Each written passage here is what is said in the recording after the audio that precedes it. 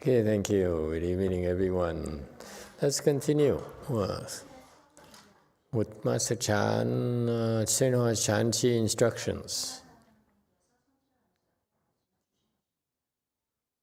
这样的报告，你下这个命令了，果然就有一个和尚来了，于是乎这个海关的这官员呢，就赶快报告皇帝去了。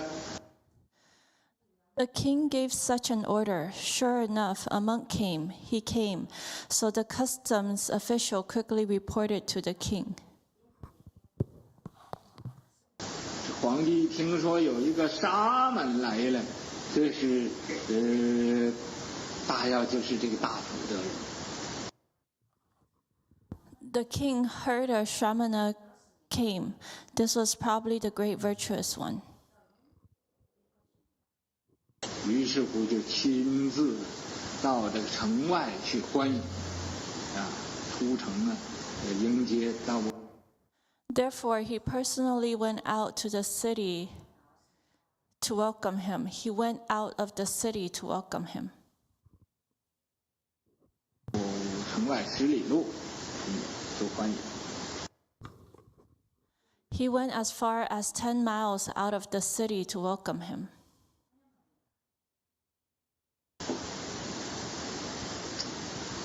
欢迎到了，就请到宫里呀，来供斋，文武百官呢也一起跟着吃斋。They welcomed him by offering a vegetarian feast. All the civil and military officials ate the vegetarian meal as well. 他们吃斋之后，这国王就跟着这个法秀禅师就受了5戒。After the vegetarian meal, the king followed the Chan master Fa Xiu, example Dharma Mitra, to receive the 5 precepts.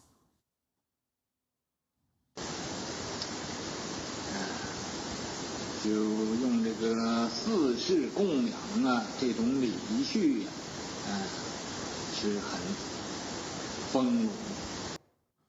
They made the 4 kinds of offerings with grand etiquette. 饮食、衣服、卧具、汤药这4种东西来供养这个法师。本来这个法师他也不志在吃好东西。They offered food, clothing, bedding, and medicine to this Dharma master. Originally, this Dharma master didn't aspire to eating good food. 也不志在穿了好衣服，也不志在住好房子。Nor did he aspire to wearing good cloth, nor did he aspire to living a nice house.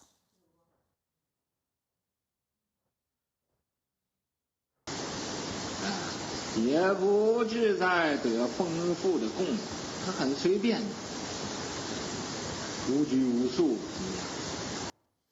Nor did he aspire to having abundant offerings. He was very carefree and unrestrained.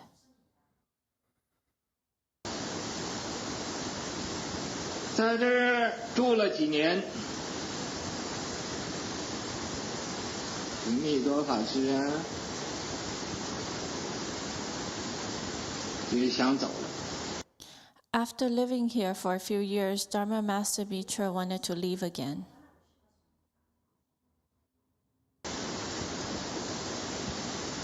想走了，这个时候这个神呢又托梦给这皇帝，说是When he wanted to leave, the spirit appeared in the king's dream again. He said, 这个大福的人要走了，你知道吗？你所种的福田呢，就这么多了。This person with great blessing and virtue is leaving, you know. That's all you have for planting the field of blessings.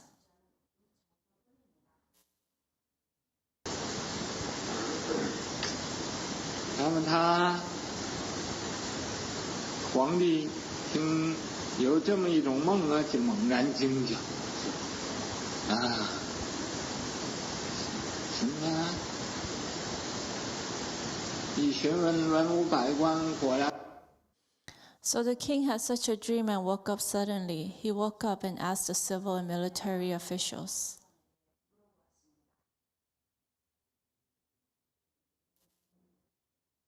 这个密多，这个达摩密多法师，就一定要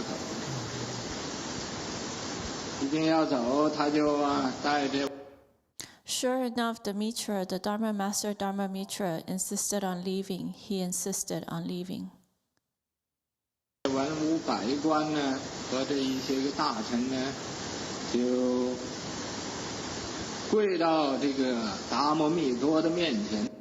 So the king brought all the civil and military officials and kneeled in front of Dharma Mitra. 一定得挽留他，不叫他走。 They persistently asked him to stay and wouldn't let him go.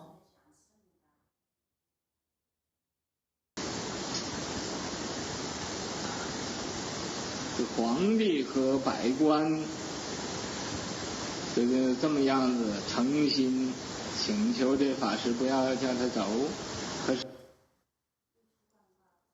The king and officials all begged the Dharma master with such sincerity and asked him not to leave.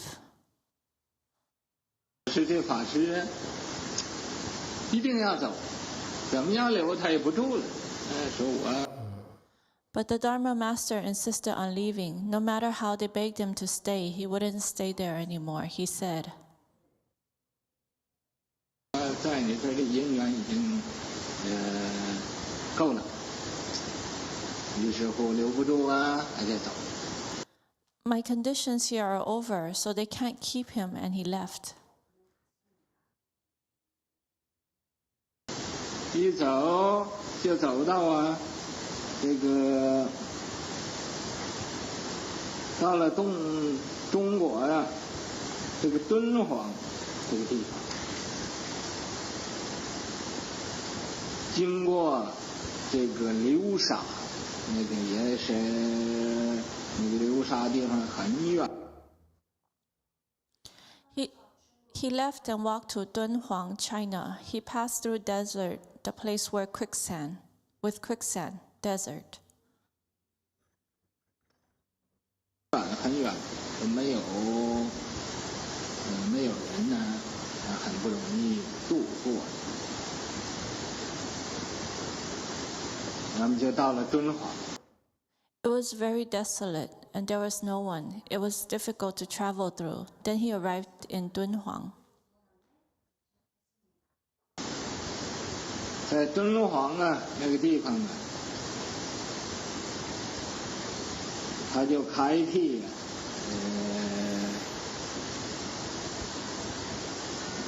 造了一个寺院。 In Dunhuang, he started up and built a temple. 在那个地方他把那个地平一平在那地方造了一个精舍，种了有1000棵这个奈古树。 In that place, he leveled the ground, built a temple, and planted 1,000 crabapple trees.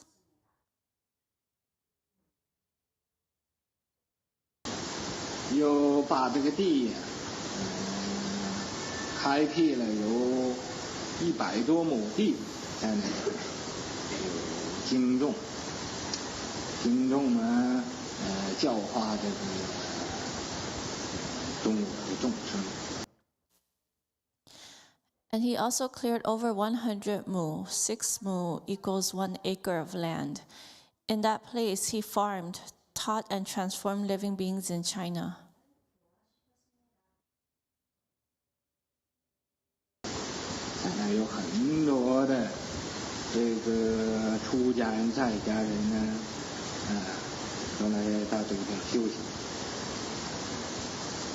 做的那个道场呢，也做得非常的好。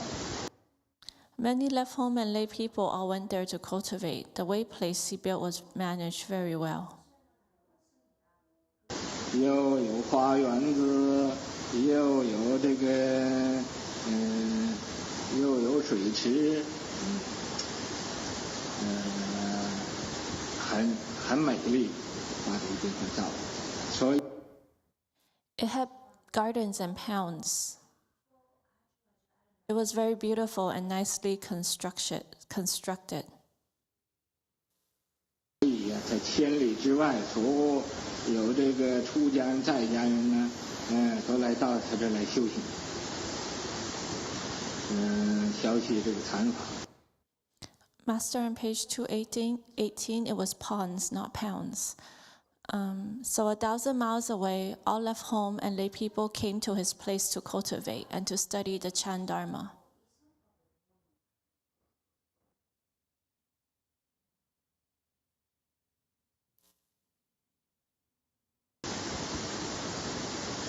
Uh,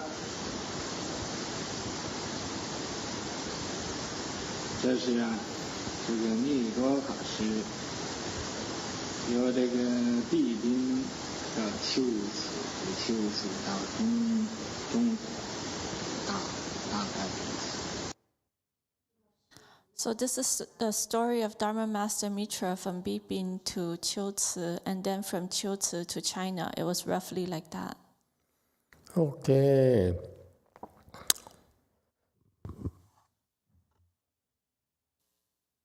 Oh, not done yet.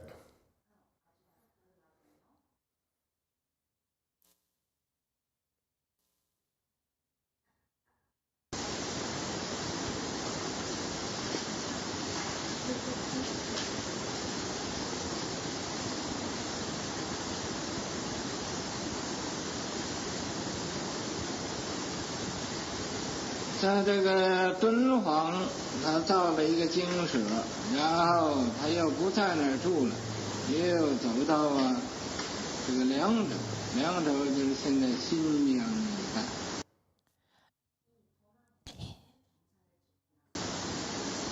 在那个地方又造了一个精舍，大家在那去参禅。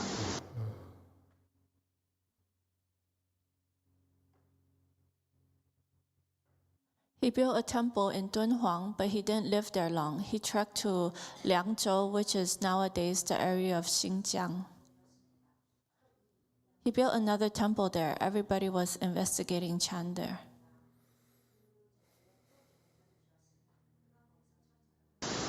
这时候啊，几甚至于万里地以外的这些沙门都来亲近，都来跟他在一起修行。At that time, even Shramanas from 10,000 miles away came to be close to him and to cultivate with him.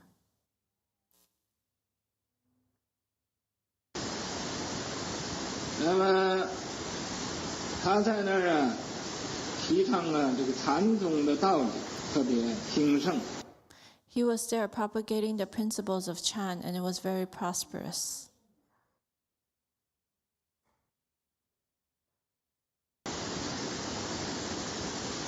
以后他又听说这个南京啊，这个宋朝这个地方啊，佛法也很兴盛。Later, he heard that in Nanjing, the capital of the Song dynasty, Buddhism was also very prosperous. 他想啊，到这个南京那一带去传法。在这个宋元嘉的元年的时候。So he wanted to propagate the Dharma in the area of Nanjing in the first year of Song Yuanjia period.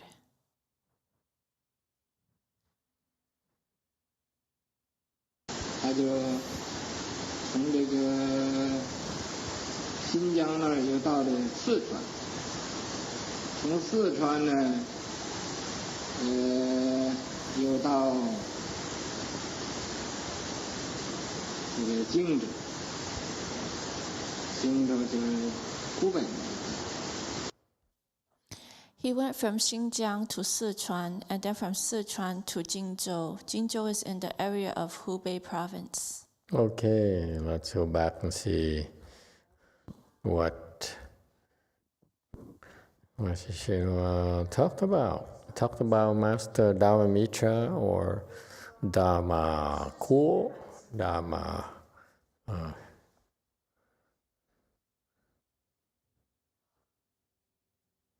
So the king of that country, I think was in China already, the country, so this monk went from India to China to propagate the Dharma, and before he came, the spirit informed the king of that country that a big Shramana was coming, so the king ordered the border guard to inform him of if such an occurrence happens. Yes, is there a question or comment?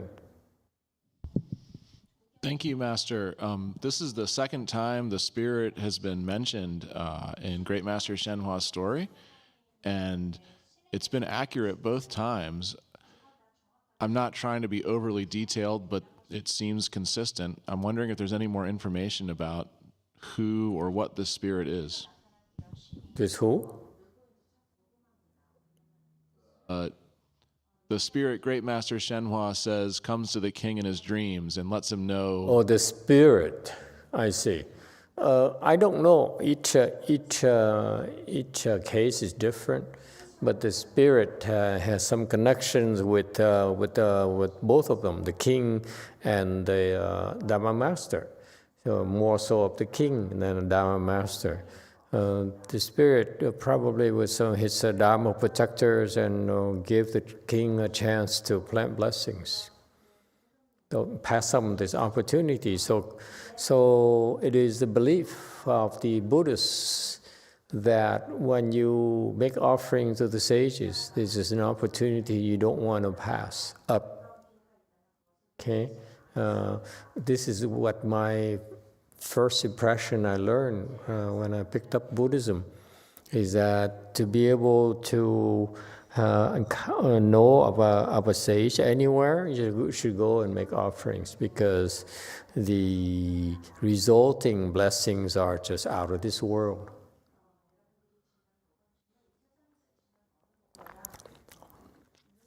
So much the more is the case when you have a chance to plant blessings with the great sages like Master Shenhua, the patriarchs, as such.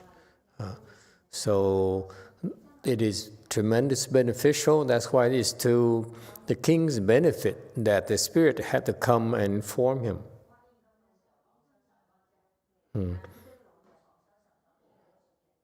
And that's also also refers to another concept about life.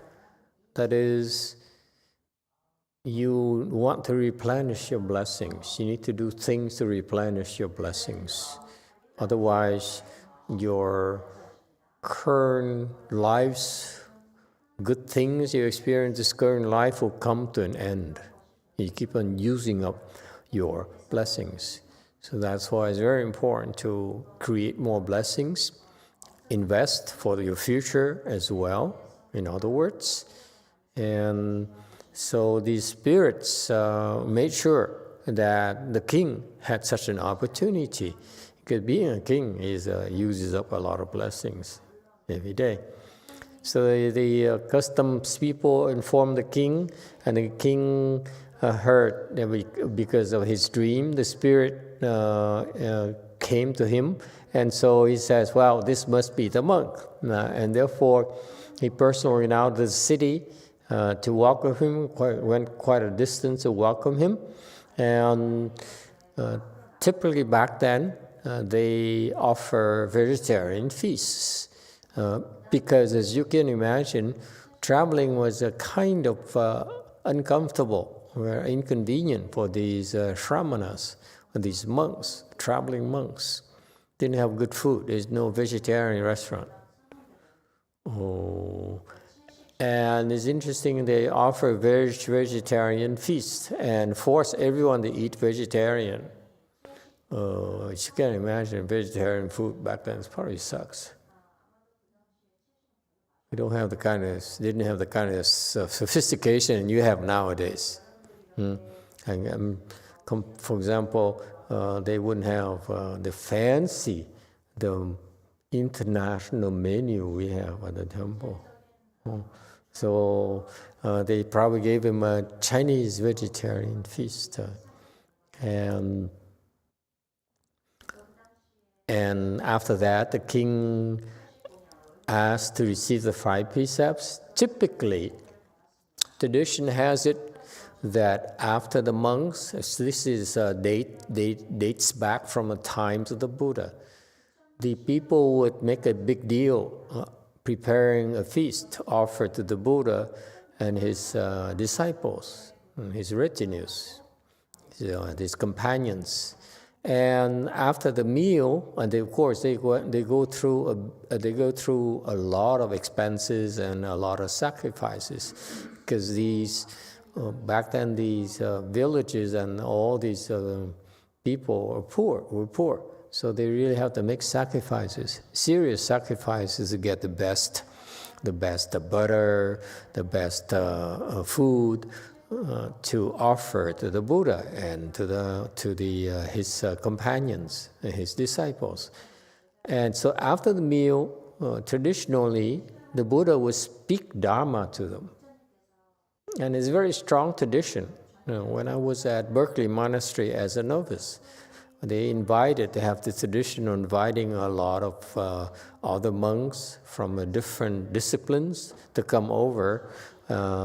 These on the weekends, to have a meal and then receive offerings from the disciples, from the Buddhist disciples, and without even being asked. As soon as I remember this Sri Lankan monk was finished eating a meal, he said, "Okay, I'd like to speak Dharma for you," without even being asked to speak Dharma.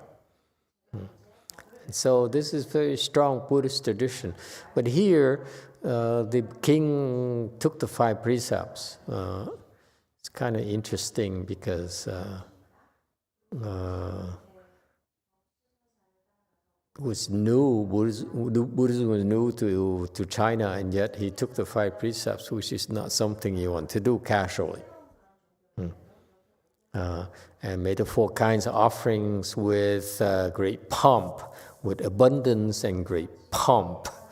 Okay, so this is what kings do. They do everything for Kodak moments and for news clips and so forth. And what are the 4 kinds of offerings you should make? You can make to the Sangha. 4 kinds of offerings: food, of course, clothing, bedding, and medicine.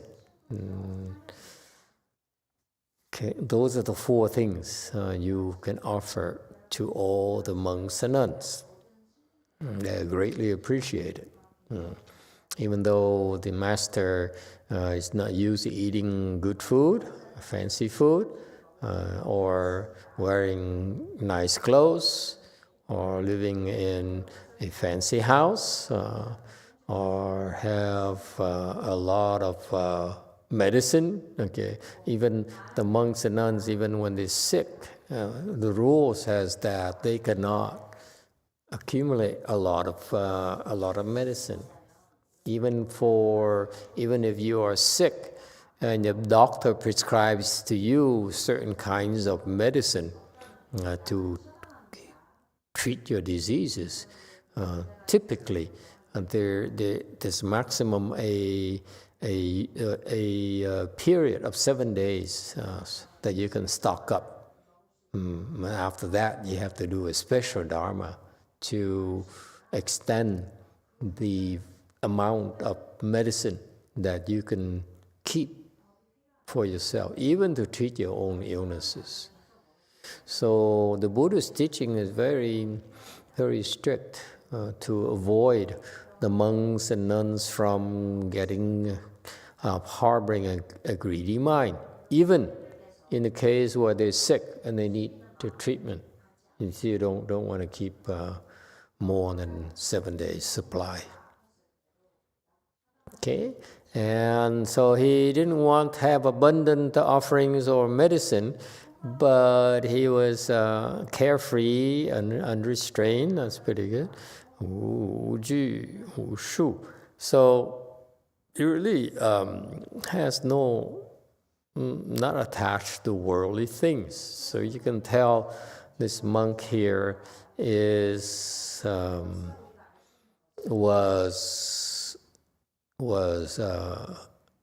certified, reach fruitions. Okay, and that's how you can tell in their behavior. They're not attached to worldly things, worldly fame, worldly profit, worldly comfort.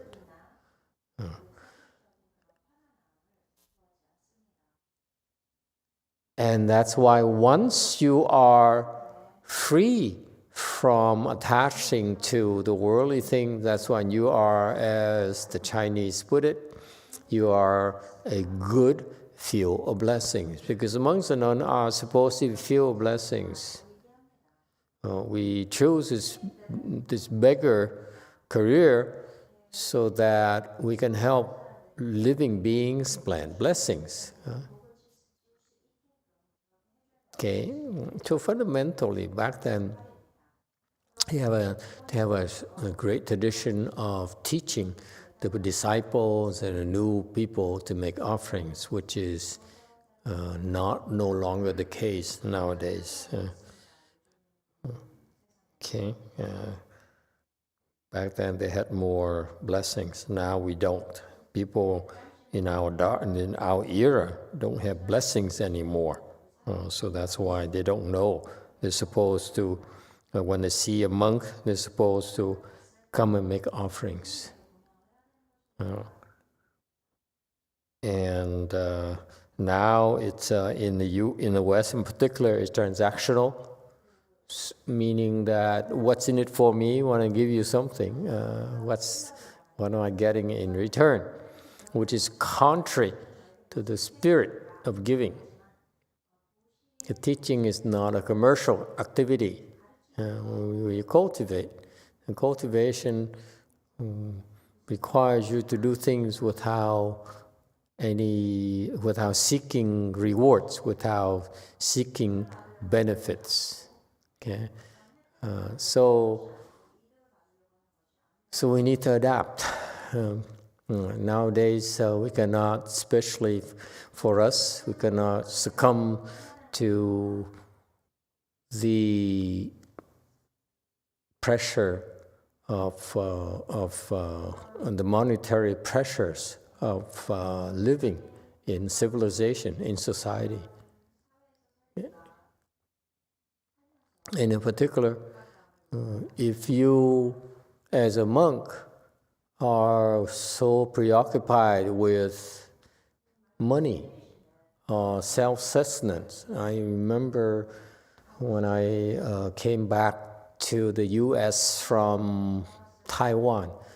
When I was in Taiwan, we were very well supported. All you have to do is go to the temple, and the Buddhist disciples will find ways to come and see you and ask what if you needed anything, and try to make offerings to you. Okay.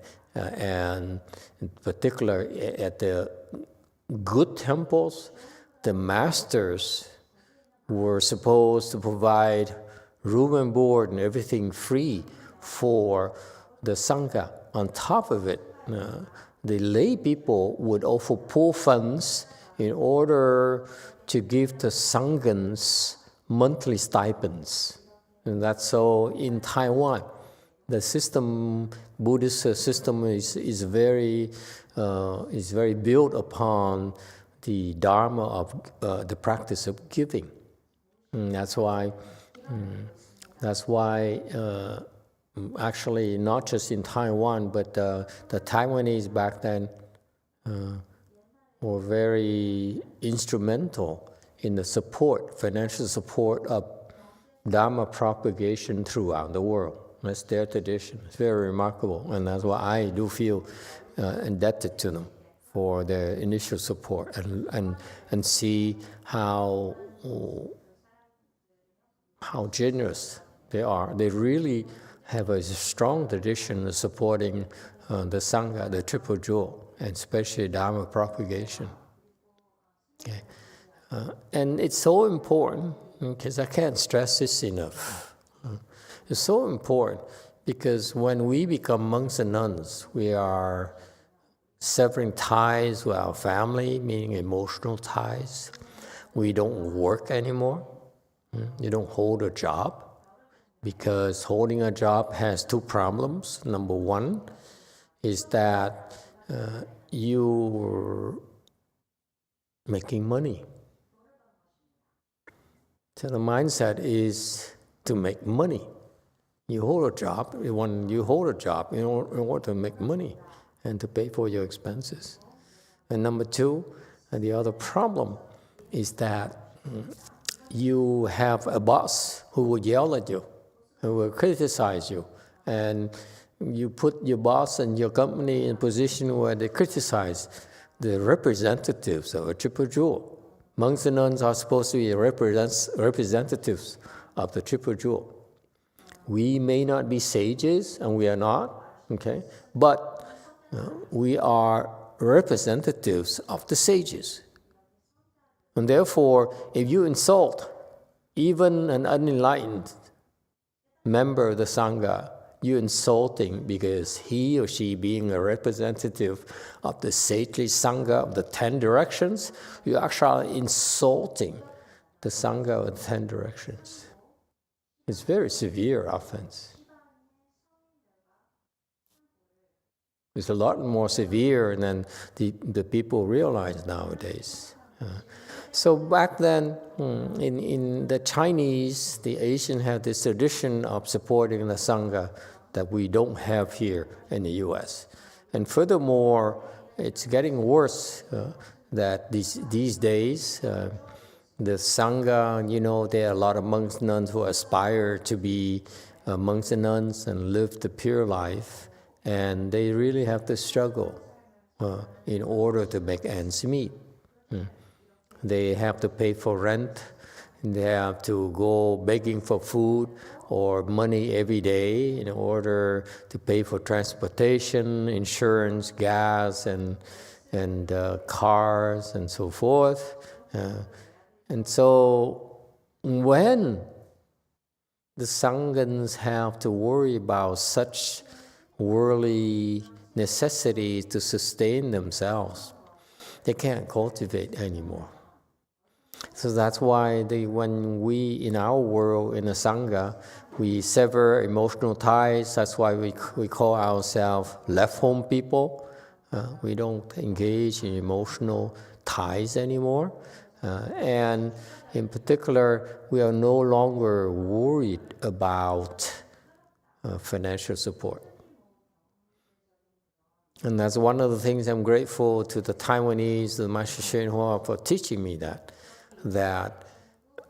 I'm a byproduct of that the graciousness and the generosity of the Chinese system and the Asian system.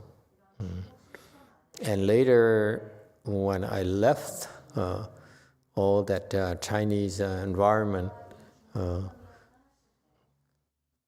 one of the things, actually, the funny things that happened was that I left my Chinese, my master's association, and they published the fact that I was a reject from their perspective, so therefore do not support this person. What a petty thing to do. Yeah. Later, and you learn from that. And later, when people, the monks and nuns left my temple, I would not tell people, whether it's on advertising on my monthly newsletter or telling anyone personally, don't support that person at all. Actually, I did the exact opposite. I said, that person left. He or she will need help now. Please support them. And so, And so they have such a great tradition in Asia back then. And I feel that nowadays there's a lack of that. And that's why the monks and nuns do not attain fruitions anymore, because you cannot, on one side, meditate and worry about, do I have enough money to pay for my room and board here at the temple during a chanchi?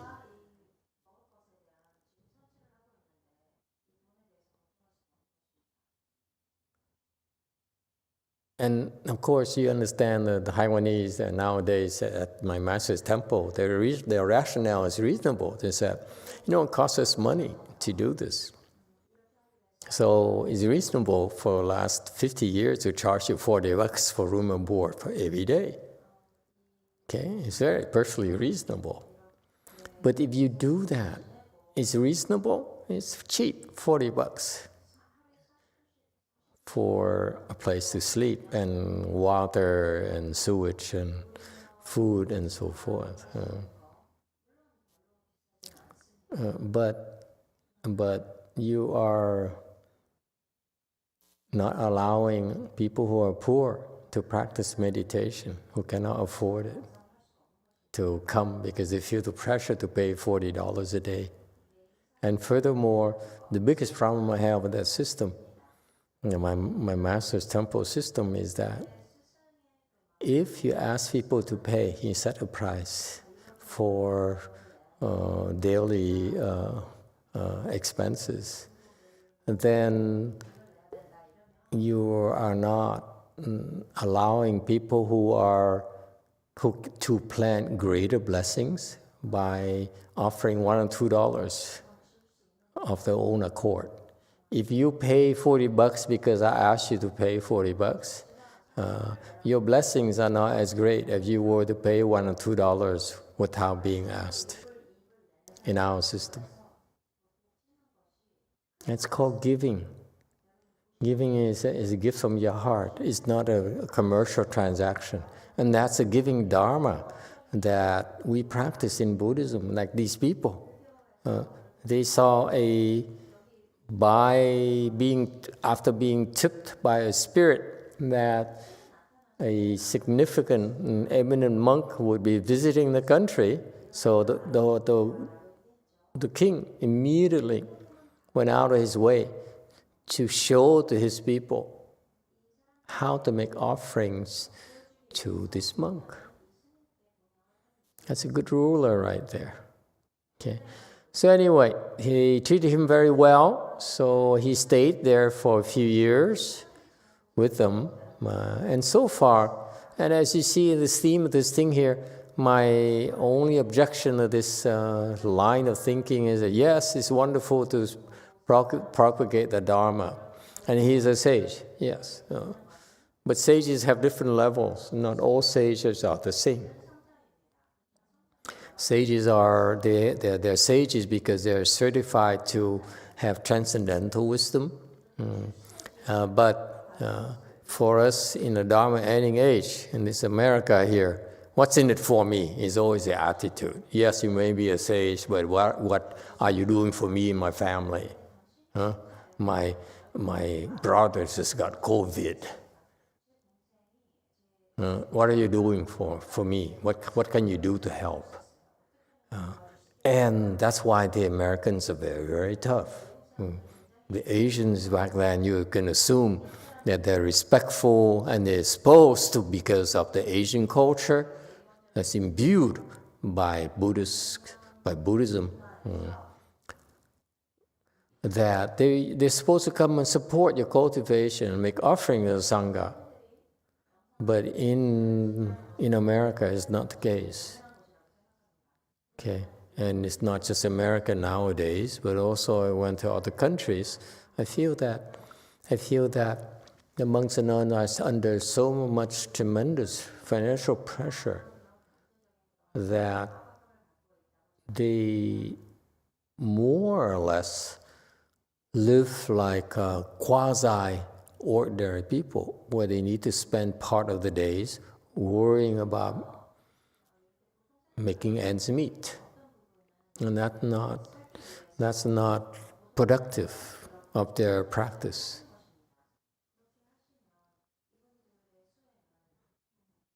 I'm concerned, actually. I particularly went to Korea, a country that not terribly poor. Okay, they can sustain themselves.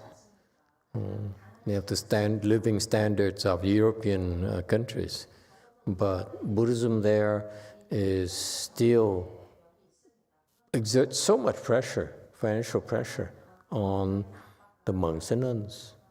Yes. Thank you, Master. I'm generally familiar with the way church business is handled. Like a church, whether it's Catholic, Episcopalian, Presbyterian, will have like a church office. And in addition to the pastor or the reverend or the priest, there will be, worker bees, either volunteer or paid, who are a part of the church business, who help with the day-to-day activities. But I don't have any point of reference for how that's handled either in the past or in modern day with a Buddhist way place. Is that something you could tell me more about? I'm not sure I understand. I'm not that familiar with the system from churches. The Catholics have tithes, or something like that, and they take donations, stuff like that. So I'm not that sure.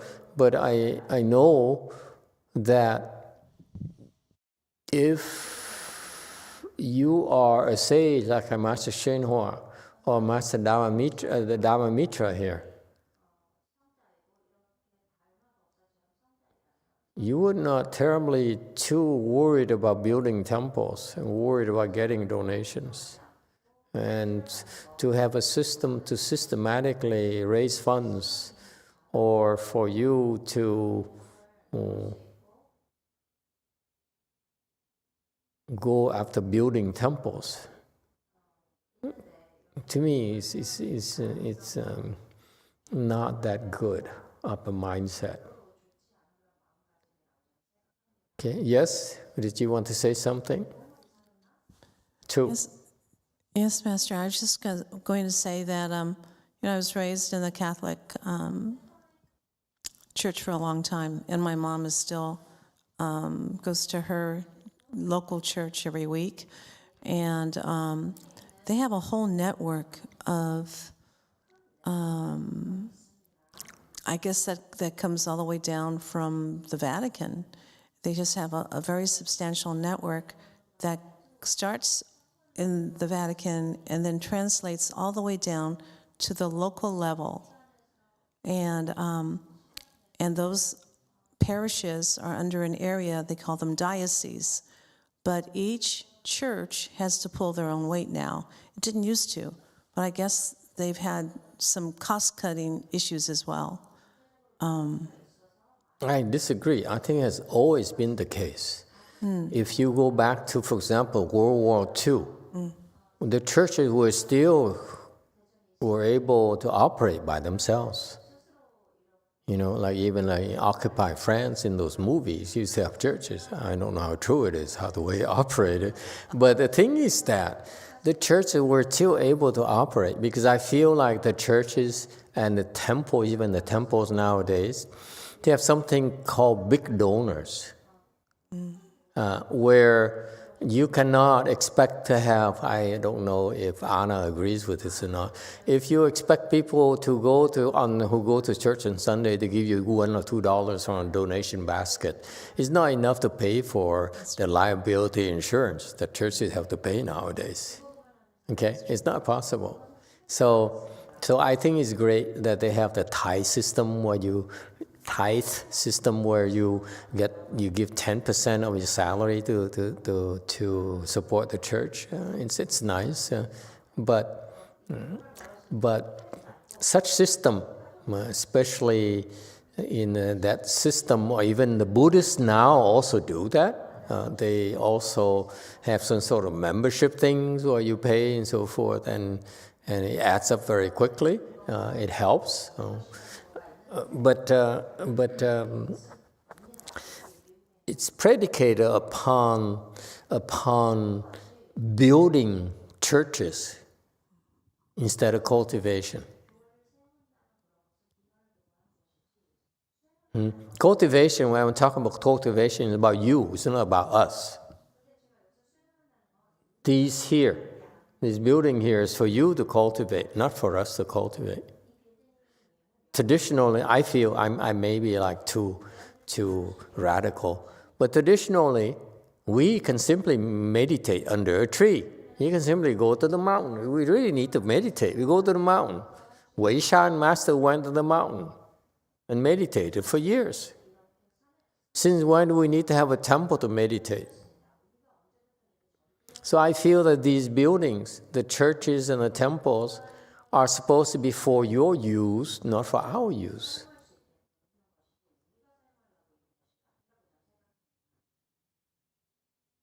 And so I have a hard time,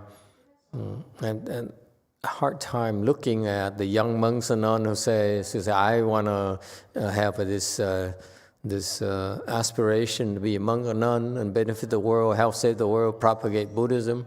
That's never mind about the other religions, but I want to propagate Buddhism, and therefore I want to build a big church where I can bring a lot of people in, and like this guy here, and he left this guy here. Even the king insisted on him staying. After 3 years, it's time for me to move on. Okay, and so conditions come to an end with him. Meaning, I don't know what it means back then in China. Okay. So regardless of how sincerely they knelt in front and asked him to stay, he said, no, I'm leaving. I'm out of here. I need to change chef. And they had left anyway. And so walked to Donghuan, and then he built a temple there. Okay, and so I feel that it's that like you look at Master Hsuan teachings, he's cultivated, and then the people wanted to learn from him, so they gave him a building for him to speak the Dharma. And then it's a big building, so he rented it out, so he became a landlord. Rented it out, and he carved out a small space to speak Dharma to his followers. And that was good enough. And then more of the hippies came, the pale-faced people came and wanted more freebies. So I said, okay, if that's the case, I buy another building, an ex-mattress building factory. I fix it up so that I can teach you, so that you have a place to cultivate. And it happened not because Master Hsuan wanted a bigger temple for himself. It's interesting, people didn't notice it. I noticed the fact because I was practicing under a monk who was with him in the early days. This Irish, Jewish kind of person. He was the early follower of Master Hsuan, and he says back then he would have a beetle who would drive Master Hsuan around town, around San Francisco. He drove Master Hsuan to a pond and to feed the birds. So Master Hsuan would get the old bread things, okay, and with mold and mildews, and he would feed the birds. Okay, so he says, he said many interesting stories with Master Hsuan, and so the early days, Master Hsuan never built a temple for the sake of building a temple. It's only because he said there were so many of us. Okay, he was a lay person, and in and out. He couldn't leave his wife, but his wife couldn't get along with him. So the wife wrote a letter to Master Hsuan saying, "Please take him. I don't want him back." So the guy, being obedient to his wife, shave his head, and after a few months, he said, I miss my wife, I'm going to go back. And the wife, notarized a letter and said, yeah, I hereby declare that I don't want him back. No one's forcing me. Okay, and so, but the guy, the monk later, he stayed on anyway. But he says, back then, there's so many of them that there's no room for them to sleep. So they would live like homeless people in the yard or in the hallways, in the verandas. So because it's cold in San Francisco, very breezy, okay, so they would have like homeless people. They would go to the grocery store and they picked up those cardboard things, and so that they can cover themselves. That's all they're doing.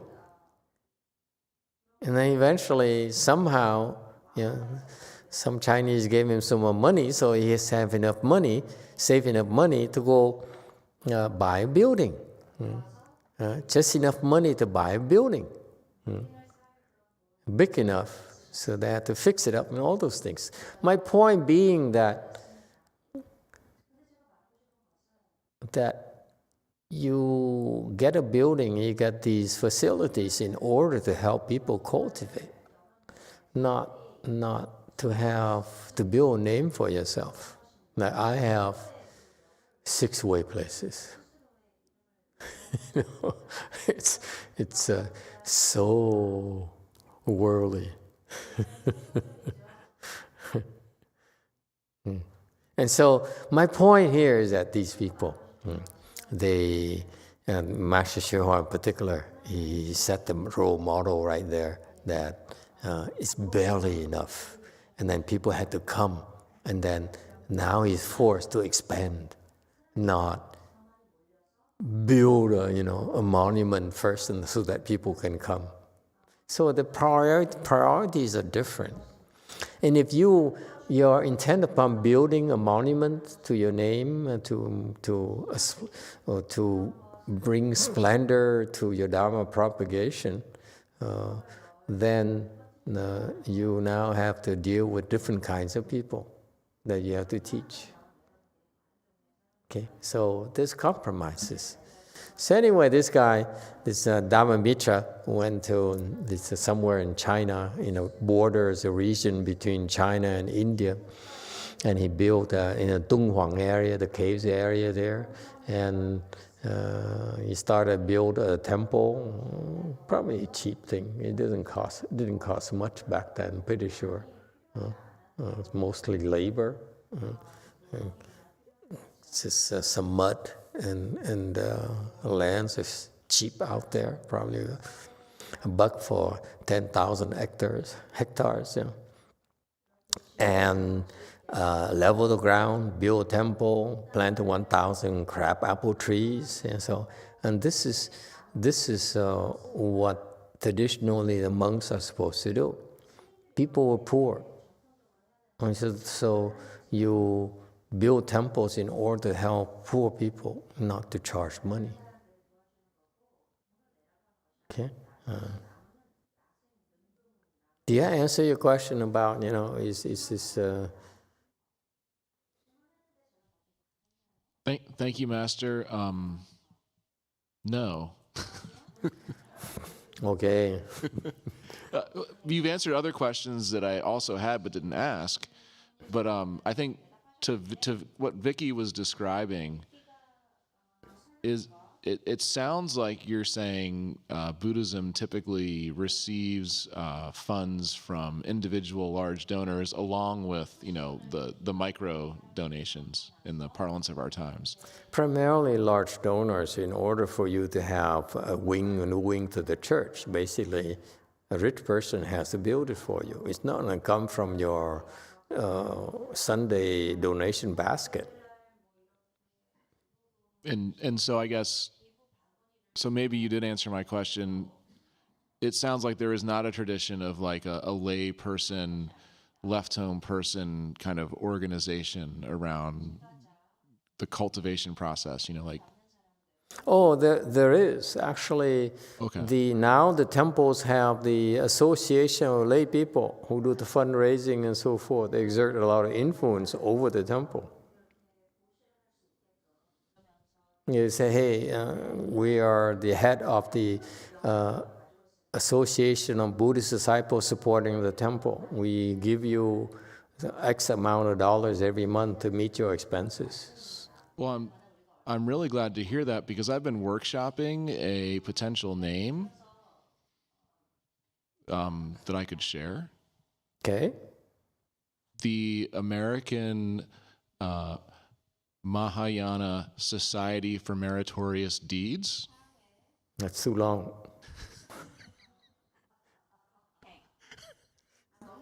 It's a work in progress. Thank you, Master. Like you should have like an SS, a Gestapo or something. It's a lot faster. People get, oh yeah, with the American Meritorious Mahayana.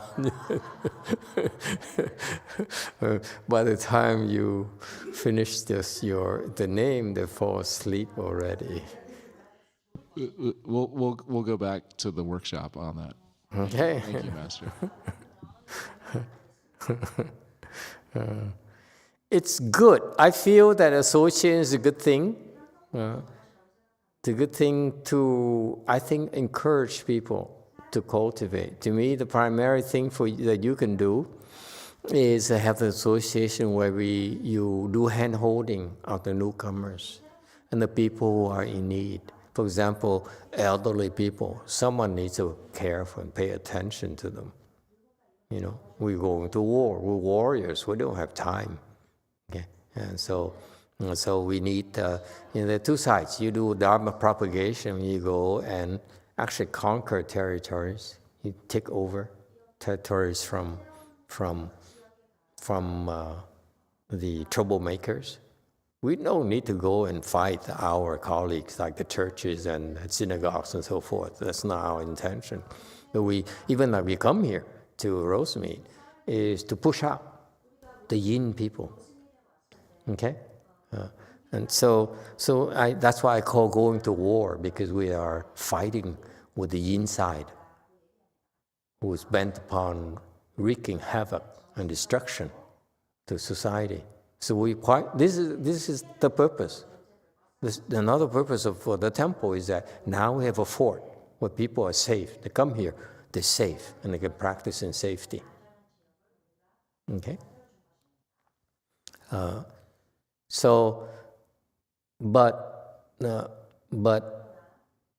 the lay people can help in terms of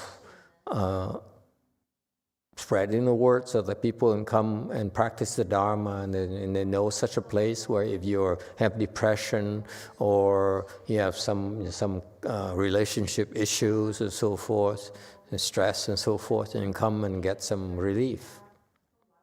Okay?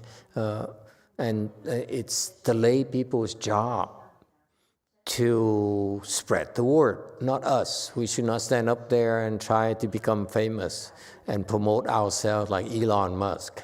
That's a worldly thing. We don't do that. Okay? So lay people are supposed to step up and say, okay, for example, you say, I practice here at the temple and I feel it helped me tremendously, so I think you should come too. Okay? So it's you who should be doing it. And before, and I'm glad you asked, before we didn't want it because we're lazy. You know, the temple is too small. I always have that excuse. Now for some reason, too many people, many of you are here, and now we're running out of things to teach you. So you want to step up. Actually, a lot of people ask to volunteer.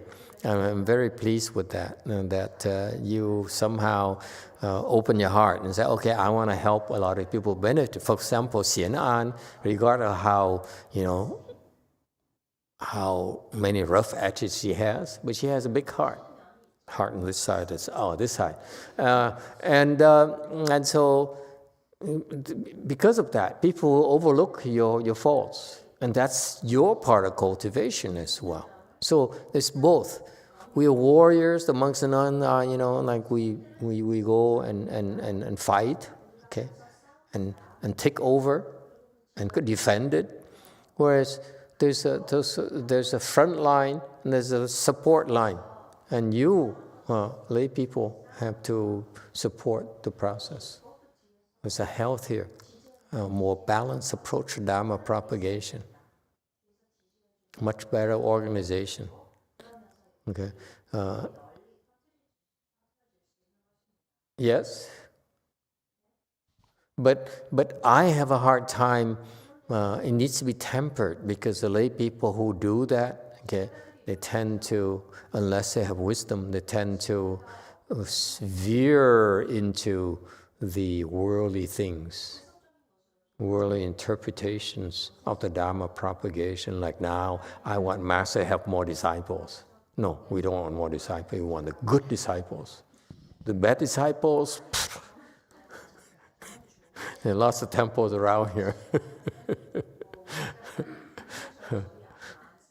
Okay?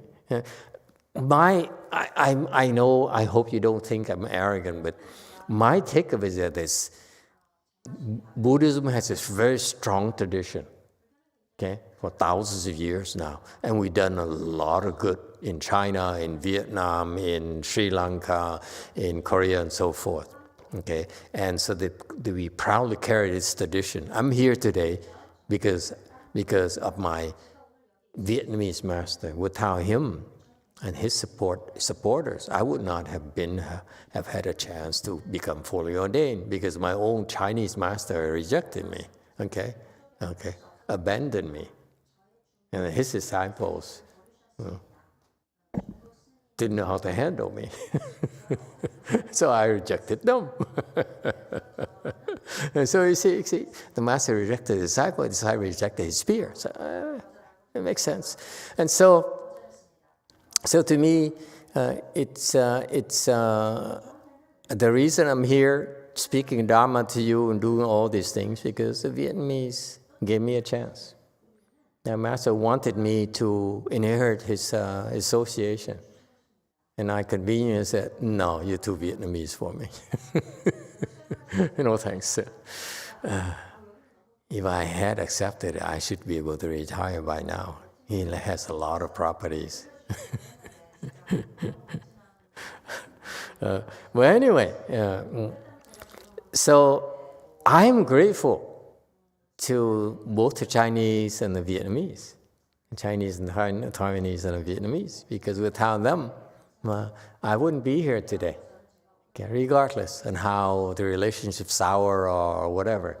The point is that there is a beginning, okay, and that's how we got here. And therefore, I'm grateful to them. And I want to remind you, and you disciples, lay and left home people as well, you don't ever forget that. You're supposed to help them. You're supposed to help improve, not destroy. For the sake of, I'm propagating real Buddhism. I don't think like that. If we do something and it will hurt a Vietnamese temple or a Chinese temple or Taiwanese temple, I'd rather not. That's my attitude. That's why, we teach Chan, because I'm perfectly happy with teaching Chan to the people who cannot learn Chan from other temples, who want more, okay, or Pure Land, or tantras, or sutras, and so forth. So please don't take me wrong. When you hear me talk about criticizing others, it's for you to point out the mistakes you don't want to make. But I'm never interested in building fame and profit for myself at the expense of the other monks and nuns, no matter who they are. It could be low level to high level, unknown or famous. I have no interest in competing with them.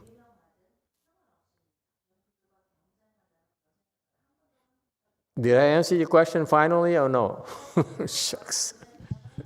Thank you, Master. Yes.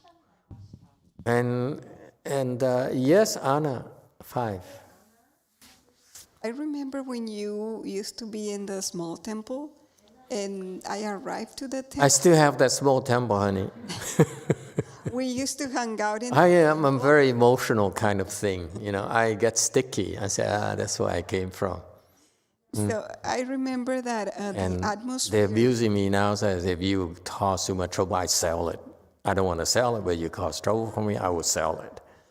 Yeah. Yes. Well, I remember that the atmosphere in the temple with the Chinese and Vietnamese, where it was a lot more calmer for my meditation. Here, No, in the old places. the old place, it used to be all of these old. I don't want to hear that. Sorry. Continue. I think it's the culture of the tradition of the Vietnamese or Chinese people that I got to sit down and meditate around. They were not complainers. They would just sit down and then they would listen to the Dharma. There was not too many questions. Probably I was the one and another people. Yeah, you usually ask a lot of questions. You used to question a lot of everything I said. And I still remember that. Yeah, and I remember that now I kind of feel like, oh, I wish I could go back just a little bit just to see if I could. No, honey. I think what you're referring to is that I think the big mega churches have the same problem, the similar problem in that people get lost in the big crowd.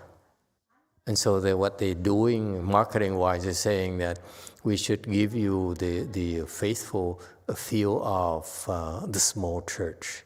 So you have small groups of people. You break it into small groups of people. Okay, and which is not a bad thing to do. Okay, I think you're referring to the fact that it's a smaller place, and therefore you rub elbows with a lot of people, so naturally you learn to tolerate and work with each other. Here, it's like it's bigger, no one seems to care. Okay, and especially some of my disciples now, who's much stronger. Before, when they lose the temper, you don't feel as much. Now they lose the temper. Boy, are you in trouble? So it's a different thing, a different environment. Okay, and that's why you feel like you feel more comfortable, feel better, you feel that you care, especially like before you came, you see me right away. Now you come, maybe I show up. There's a lack of that. That's why, and none of my disciples noticed that. They're supposed to step up and take over. That's why I call them vice abbot or abbot, because they're supposed to substitute me in taking care of the temple. Okay, so that I go and shake hands with the presidents. I wish. But the thing is, I assure you, I didn't need to say this for you because if I didn't say, you wouldn't understand. I assure you, from my personal perspective, when I have these temples, and I have these bigger temples, okay, it's because your level is so much more advanced than before. And therefore, not only because more people are coming, but also many more will come because of you. So that's why you have these big places to accommodate more people, to encourage more people. Versus the other mindset back then, Anna, is that I swear to God, I didn't want more people. I was very lazy. I said, for me to pay off my debt to Master YongHua, I figured it out already. I'm going to teach their disciples what he meant, all these things. And that's good enough, because otherwise the Dharma dies.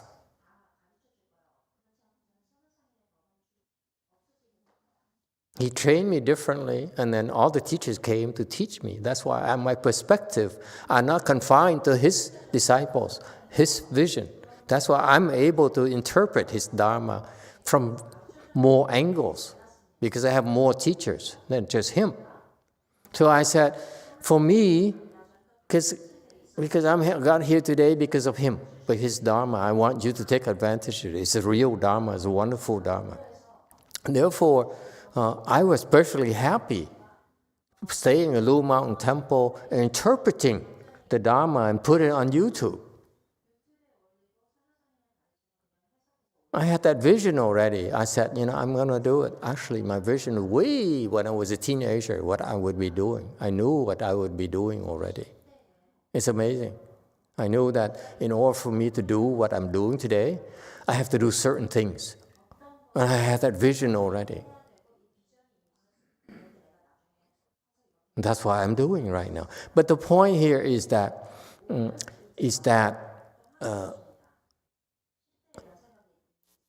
back then I rejected people, honestly. I didn't want that many people. We really filter a lot of people and discourage a lot of people from coming, because it's too small, and so that I could concentrate on all of you. So you had my personal attention. That's the case. But actually, let me assure you that our temple is far stronger, far more peaceful than it has ever been. Because their levels are higher than all the other temples. That's why I can afford to leave and go, eat lunch with my devoted disciples in Korea. And I know that when you come to the temple, it looks like it's empty, but actually it's not.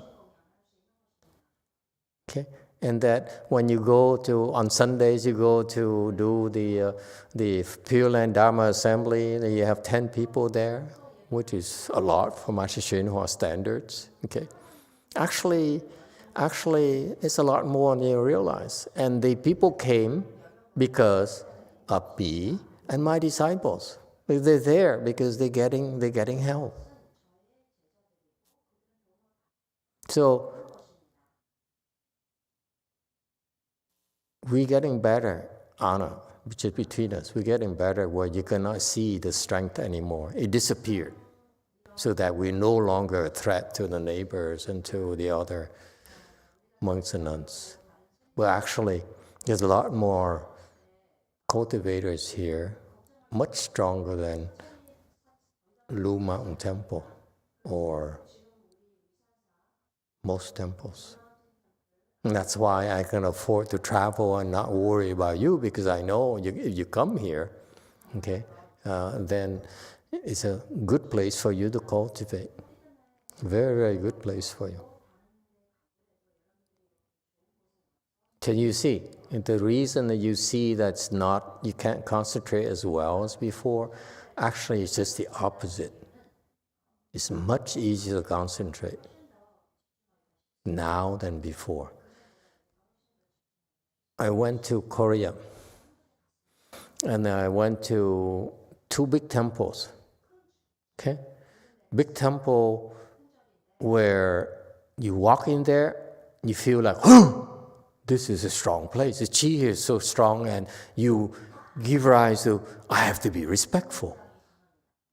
Because there are a lot of enlightened Sunims there. And they said, be respectful. Make offerings. We better. Okay? That's why they're there. And they are helping the Buddhist disciples, Korean Buddhist disciples, realize this place is better than a church, than a synagogue, whatever. That's why the core of the Korean Buddhist disciples can sense it, and they are so reverent and they're so supportive to the point where the Tibetan cannot come in. Any other teachers who's not Korean, who went to Korea, would not be able to capture the support of these core Buddhist disciples because of such temples. And it helps. There's such people.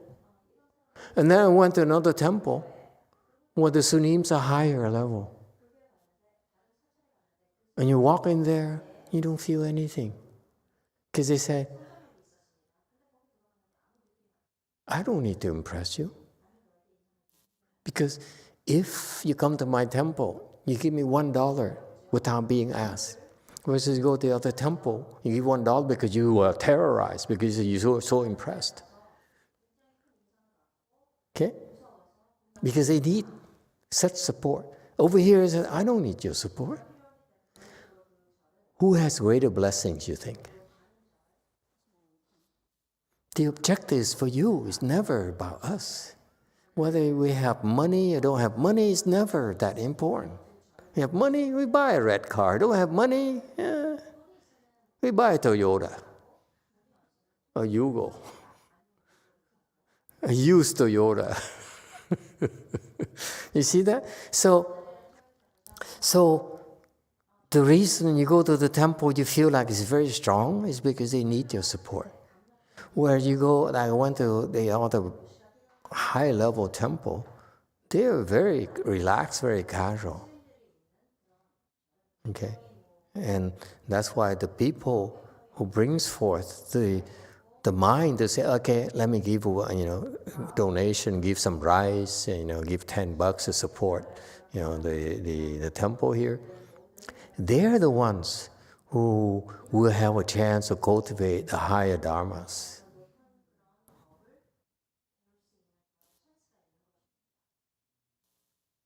And this, to me, this temple is much more important than this. This is the base, the core. But this is the future. And that's my attitude. If we have Buddhist disciples who go to temple and support temples, great. Support Master Shua's temples, great. Okay? It should be the majority of the support. But for those of you who want to go higher, it must be a place for it. Okay? So I assure you, if you come and when you continue practice, you find someday you understand what I mean. Okay? But you see there's vast improvements over Lu Mountain Temple. This is why we're doing this. If it's the same as Lu Mountain Temple, I wouldn't call it Wei Mountain Temple. I call it Lu Mountain number 2, Lu Mountain number 3, Lu Mountain number 4.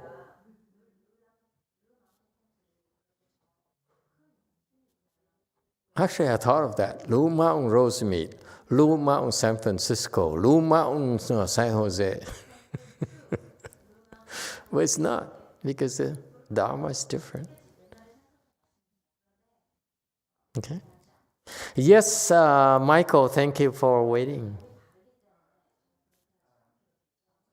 Hi. I'm just wondering about why he built the temple at the last city in China. Is it because it's a countryside, a poor city, that he want to help people? And he didn't build the temple where the king was, giving... He didn't build a temple where the king was, but he went to a smaller city and built a temple. Okay, it's maybe because with the king as the capital, most of his supporters were kings and officials. He had to spend the time to take care of them. Think about it. If the king says, I'm a Buddhist disciple, so many of his subjects would like to become Buddhist disciples too. And therefore, it's not probably the condition was appropriate for monks and nuns to practice under such opulence, under such abundance. When we cultivate with the bare necessities, that's all. If you're comfortable, you have too much money, you have too many clothes, you have too many nice cars, you will not be able to cultivate. So when he went away from the country to even further regions, Dunhuang area, there, he built a temple because I think he realized that there's a lot of people who cultivated in that area who needed a place where they had protection, support, good protection, good support. I feel, for example, recently people kept on showing me videos of these Chinese guys going to this region or the faraway regions where these monks would cultivate by themselves. Right? Xinxin, what's that called? That series of the guy who was around with his camera and talks to these monks who have a way place in a mountain somewhere, suspended mid-air or something, where you have to climb up like miles in order to access it, okay, and to bring the rice and so forth, okay, And I was shocked to find out how comfortable they are. They have appliances, have rice cookers. They have, what else they have? They have cooking utensils and so forth.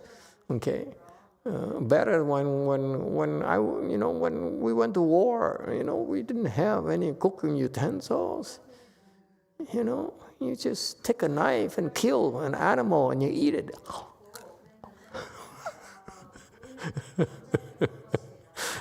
And you want water, you go to the river,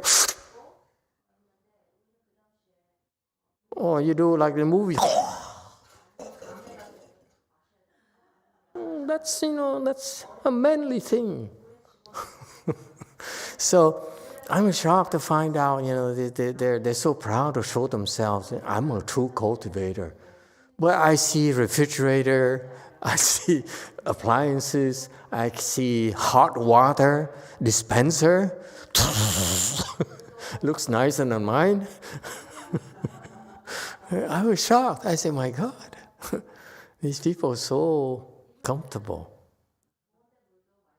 And that's why these people, and I know some of monks here, they like it. They aspire to go to Nepal and go into a cave, and they support those lay people. You know what happened?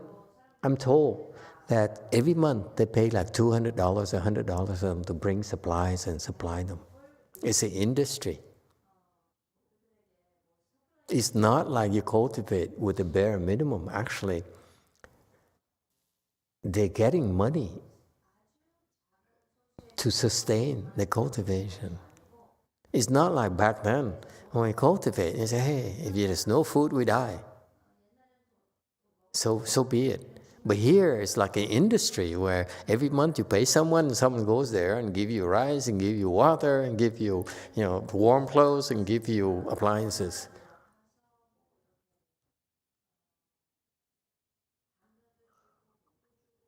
So and there's such people. And if those people there, I noticed, I saw on the videos, and this is a fantastic internet, something is just fantastic, all these YouTube videos, okay? I saw those people. They all are like first, second stage arhat. No one made it to fourth stage. Because they are attached to all the worldly support. You don't know how damaging it is. You come here, you may have a lot of food to eat at lunch, and all the things you try at lunch, but as soon as you attach it, I will slap you in the face. It's okay to have fun, okay? But you have to drop it. Even fun should be dropped. So our practice is slightly different. They have, I'm comfortable, I'm dropping a lot of things, I'm superior. We are just ordinary people, but as soon as there's my disciples attached to a car or something, I take the car away.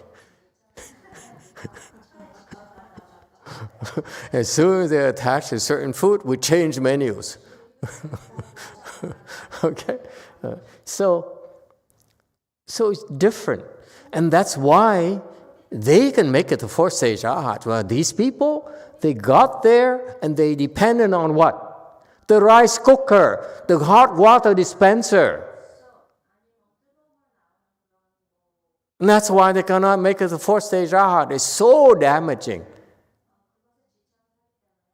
He say they can tell their followers, like Goyin says, Master is going to cultivate in Nepal cave for another 5-10 years. And Goyin says, oh yeah, I will give you $100 a month. And my son will give you another $100. And I get my sister to give you another $100 so that you will never run out of things that you need. No. And because of that, we are dependent on the $100 a month. That's why you can never become a fourth stage arhat. That's how damaging it is. None of them. I look at all those people in China, in Nepal, they do, you're first stage, second stage arhat after 20, 30 years? Are you kidding me?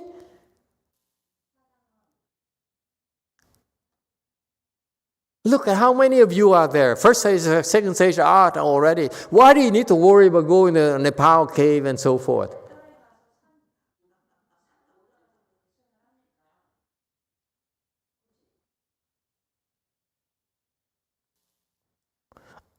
Joe Kong, excuse me, I'm losing my cool. Master, on the slide, it mentioned about the area, name of the area, Dongwang, right? Yeah. I don't know the Chinese character, but like it sounds similar or the same as the name of version of the Sixth Patriarch Sutra. Is that related?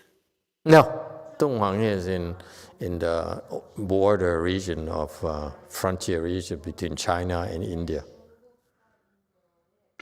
So he cleared 100 mu of land and a farm taught. Okay, so these areas are very, very, very lacking in food and water and so forth. So he built a place here for them to cultivate. Okay, so that they have better support under his direction. What's what you understand? This guy is enlightened. So he says, I will support your cultivation. That's what he did. It's a very nice thing. Instead of being comfortable in capital city, he left everything behind. Probably brought a lot of gold with him and go and build the thing. Or he says he went to this Dunhuang and said, hey, Your Highness, how about supporting me now? And so he called his Rolodex, say, hey. And that's how he got to this. How do you think he built all this? Probably from the king. Many left home lay people, and he told them, I will build a place here. I'll probably name you as a sponsor, okay, for a lot of left home lay people to cultivate and bring me some management personnel, huh? Well, very nice match as well. Monks and nuns is not supposed to be good managers, but ours will be. Gardens and pounds, dog pounds. Oh, ponds, excuse me. Ponds, not dog pounds. Beautiful, nicely constructed. You see, this is from his connections, from that king guy. The king highness. 1,000 miles away, all left from came to this place to cultivate, study the Chan Dharma. Okay, and so they practice chant right there. It's a chant temple, and that's how he went to do okay, that's his story. Any other questions? Okay. How about going back to cultivation? Tomorrow is Thanksgiving, so you have to earn the meal tomorrow. You're welcome. You're all invited to come, whether it's during lunch or or you can't make a lunch, and we save some food for you for the evening meal. Come and join us, please. Thanksgiving is an emotional day for us. We want to show you that we appreciate your support. We're grateful for your support. It's so important. Okay, that we feel unworthy of your support. That's why tonight we will not sleep and we will cultivate just one night. Xian Shun, what are you doing tonight?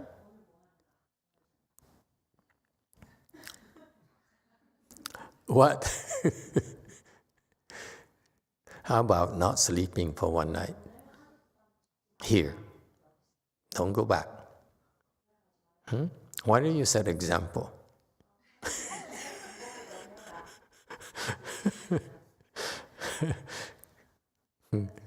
Remember back then, you only needed this Dharma Mitra, one person, for the entire thing.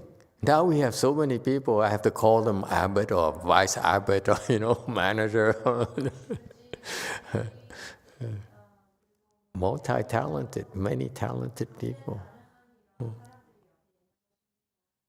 I'm really shocked to find out how people cultivate nowadays. They go to these caves and these small hut in halfway up the mountain or something, and you could lose your life if you trip.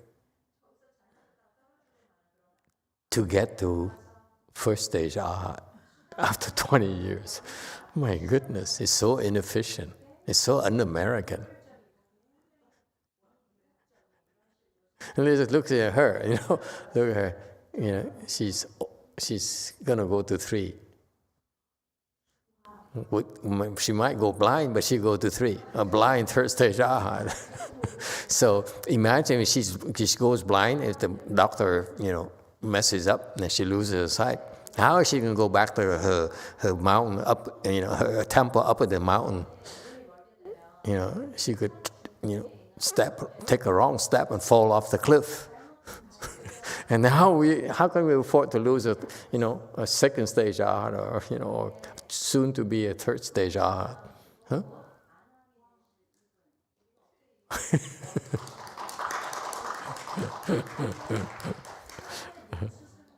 You guys are improving so fast. It's so scary. You don't know how I'm going to keep up with you. So Xian Shun, no sleeping tonight, huh? Thank you, everyone. Okay, that's cultivate heart for one night of the year, so that we have a good meal tomorrow. See, Xian Tong is like cooking like crazy right now. All right. Thank you, everyone. It's okay to have a party in all the branches, okay? Okay. But you cannot sleep tonight. Only one of you. If you have an abbot or vice abbot, someone should set the example that we cultivate here, not just party.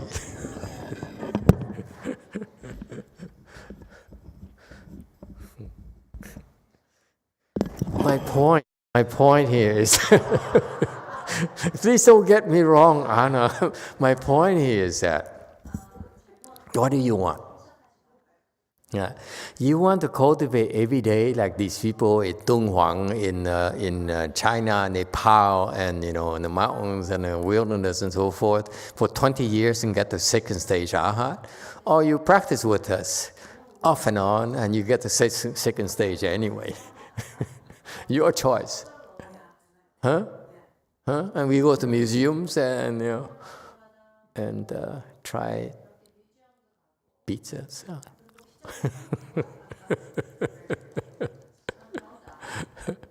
Thank you, everyone. Cultivate heart, okay? To show our appreciation for all the support we received. To have all this. Thank you.